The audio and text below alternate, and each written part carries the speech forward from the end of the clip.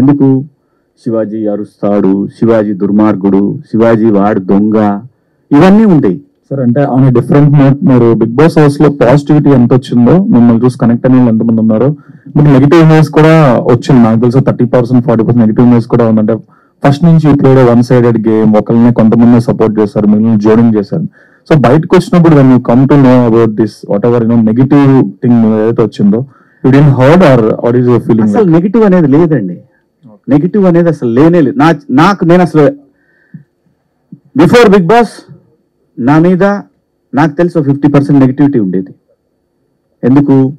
శివాజీ అరుస్తాడు, శివాజీ దుర్మార్గుడు, శివాజీ వాడు దొంగ, ఇవన్నీ ఉంటాయి. I'm not like that. నేను అది కాదు. బిగ్ బాస్ హౌస్లో నేనేదో అంత ముందు కూడా అదే. కాకపోతే ఏంటంటే ఇట్స్ ఆల్ యువర్ కర్మ అనేది మాత్రమే అనుకుంటా. బయటకు వచ్చినాక మీరన్న 30% ఫీల్ అవుతుంది ఏంటో తెలుసా? మా చుట్టాలు వాళ్ళ చుట్టాలు కొట్టుకున్నప్పుడు వచ్చే నెగిటివిటీ తప్పితే శివన్న అనేది రాదు సార్, సమస్య లేదు. శివన్న అన్న పేరైతే రాదు. ఇది చుట్టాలు కొట్టుకొని నన్ను బ్లేమ్ చేస్తే నేనేం చేయలేను, నాకు సంబంధం లేదు. శివాజీ శివన్న రెండు ఒకే క్యారెక్టర్స్ అండి. కాదు, ఇట్ టేక్స్ టైం, కొంత టైం పట్టింది నా గురించి తెలుసుకోవాలంటే. So thank you big boss, అంతకన్నా నేనేం చెప్పలేను. Wonderful sir, congrats. Mouli I been following your talks from long time. అయితే ఏంటంటే ఫిల్మ్ ఇండస్ట్రీలో ఒక బిలీఫ్ ఉంది, ఒక వేగ్ బిలీఫ్ ఏంటంటే critics can become good directors అని, అట్లానే క్రిటిక్స్ కాన్ బికమ్ యాక్టర్స్ అని చెప్పి. So you broke that knowledge. చాలా short films use to review, చాలా ఫన్నీగా హ్యూమరస్ గా చీల్చి చెందాడుతూ ఉండేవాడు. అవన్నీ అవి చేస్తూ అగైన్ క్రియేటివ్ సైడ్ వచ్చి ప్రూవ్ చేసుకోవడం అంటే ఇట్స్, ఎందుకంటే మీడియాలో ఫిల్మ్ మీడియాలో వర్క్ చేసే వాళ్ళు కూడా 80% అందరూ రైటర్స్ డైరెక్టర్స్ అవ్వాలని వచ్చిన వాళ్ళు ఉంటారు, ఎక్కువ మంది actors. So you broke that model actually. అంటే when you're approaching it someone give any caution, ఇన్ని రోజులు క్రిటికల్ గా చాలా షార్ట్ ఫిల్మ్స్ వాటిని నేను ఇలా రివ్యూ చేసావు కాబట్టి when you're making some content be careful about it గానే ఏమన్నా ఇచ్చారా, లేకపోతే you went out that only really helped అండి. ఎందుకంటే వాటిలన్నీ రివ్యూ చేస్తూ అలా ఖచ్చితంగా చేయకూడదు అని ఒక లైన్ అయితే ఉండేది. So doing better content. నా పాత యూట్యూబ్ వీడియోలు చూసుకున్నట్టయితే పాతవి ఏముండవు, సోదిలా ఉంటాయి, అలా కూర్చొని అలా నడుచుకుంటే వెళ్ళేదేదో బ్లాగ్స్ ఉంటాయి. అట్లా నుంచి మీరు ఫస్ట్ నుంచి ఇప్పుడు లేటెస్ట్ కాంటెంట్ చూసినట్టయితే మీ ఈజీగా తెలుస్తుంది ద అప్గ్రేడ్ ఆఫ్ కాంటెంట్, నా ఎడిటింగ్ స్టైల్ కానీ, ద రైటింగ్ కానీ, ఎవ్రీథింగ్. సో అలా ఇంచుగా నేర్చుకొని ఇక్కడ వరకు వచ్చాను I feel.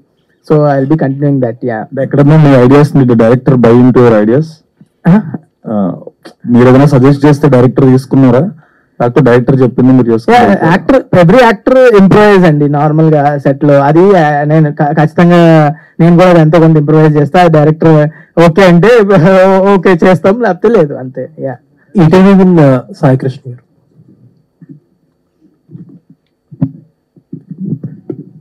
Good evening sir. 90s తర్వాత ఈ 90s బయోపిక్ తర్వాత బిఫోర్ ఆఫ్టర్ అన్నట్లుందా నీ లైఫ్? స్టేజ్ మీద చాలా ఏడ్చేవా ఆ రోజు?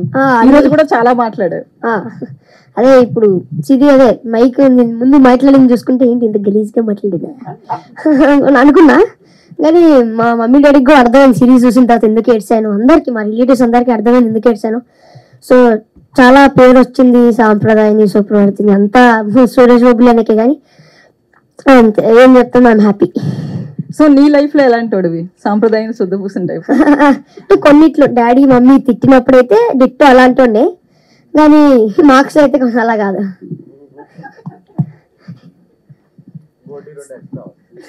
అదే కాదు, ఒక 70 ఎక్స్ట్రా. శివాజీ గారు,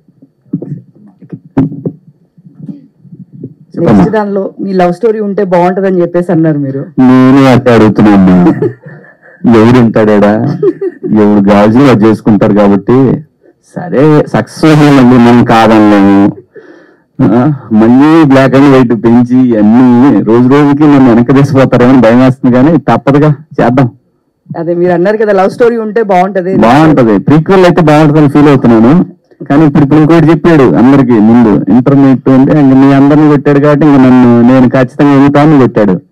ఇంటర్మీడియట్ లైఫ్, ఇంజనీరింగ్ లైఫ్ ఉంటది అన్నాడంటే అక్కడన్నా నా లవ్ స్టోరీ అని చెప్తాడని చూద్దామమ్మా. ఫ్లాష్ బ్యాక్ ఉంటది కదా, నాకు కూడా ఫ్లాష్ బ్యాక్ ఉంటది కదా, దాంట్లో ఏమైనా చెప్తాడేమో నన్ను ఒక రౌడీలాగా ఏమైనా చూపిస్తాడేమో. అప్పుడు దాకా శుద్ధ పూసలాగా నన్ను ఏమన్నా ఫ్లాష్ బ్యాక్లు కూడా పెడతాడేమో చూద్దాం. గెటప్ప మొత్తం ఇప్పుడు సినిమా వరకేం మొత్తం బ్లాకే ఉంది కదా, ఈసారి సాల్ట్ అండ్ పెప్పర్ అని వచ్చాము. అంటే లాస్ట్ టైం అంతా చినిగిపోయిన బన్నీ ఇట్లా మిడిల్ క్లాస్ ఫ్యామిలీలా అది చూపించారు. ఎప్పటికంతే ఉంటుందమ్మా, అది మారదు. ఎందుకంటే ఈ ఎద్దుల్ని పెంచి వీళ్ళని కాలేజీలు పంపించి మనం మరి త్యాగాలు ఉంటాయి. తండ్రి క్యారెక్టర్ ఎప్పుడు త్యాగమే, తండ్రి తల్లి ఇద్దరు ఎప్పుడు త్యాగాలే. తండ్రి ఏమో పిల్లలకి త్యాగం, భార్య ఏమో భర్తకి త్యాగం, అంతేనమ్మా, అదే లైఫ్.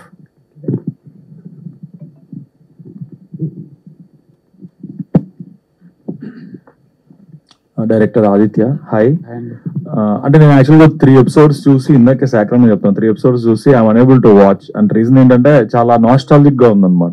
మీరు చూపించిన క్యారెక్టర్స్ నా రియల్ లైఫ్ లో ఉండే కొన్ని లేవు ఇప్పుడు, ఇంక్లూడింగ్ మై మామ్. అందుకని ఐ కాంట్ బేర్ ఇట్, ఆ పెయిన్. కాంప్లిమెంట్ అది, you made it so touching.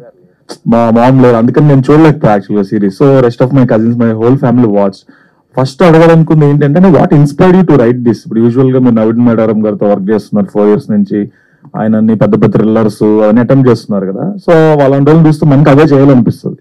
కానీ you just move away from ఒక సో సింపుల్ గా ఉండే చిన్నప్పుడు టీవీ సీరియల్స్ ఉండే, స్కూల్లో ఋతురాగాలు, దాని తర్వాత కొన్ని సీరియల్స్ మెట్టల సవడి అలాంటివి ఉండే. అవి చూసినప్పుడు చాలా హార్ట్ఫుల్ గా ఉండే. సేమ్ అంత హార్ట్ఫుల్ ఫీలింగ్ తో ఇది రాయాలని ఎందుకు అనిపించింది? You look so young and why do you want to write this actually?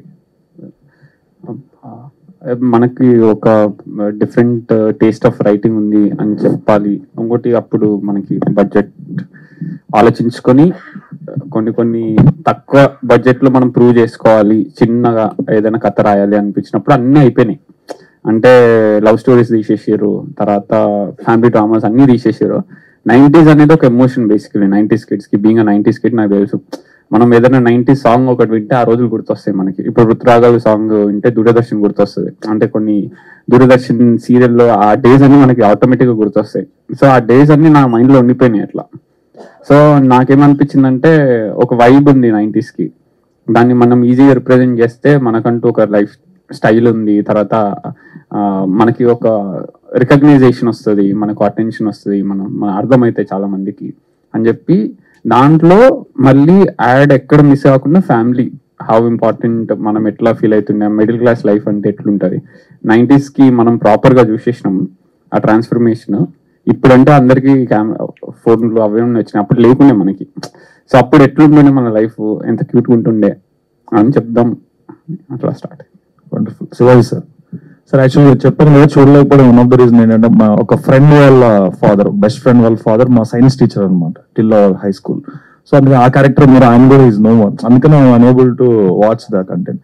Sir అయితే బిగ్ బాస్ కి వెళ్ళొచ్చిన చాలా మంది సీజన్ 1 నుంచి ఇవాళ వరకు బయటకు వచ్చి పెద్ద హిట్లు కొట్టాలని చాలా తాపత్రయపడ్డారు, కానీ ఎవరి వల్ల అంత కాలేదు. అంటే ఆ బిగ్ బాస్ ఫేమ్ ని వాడుకోవటం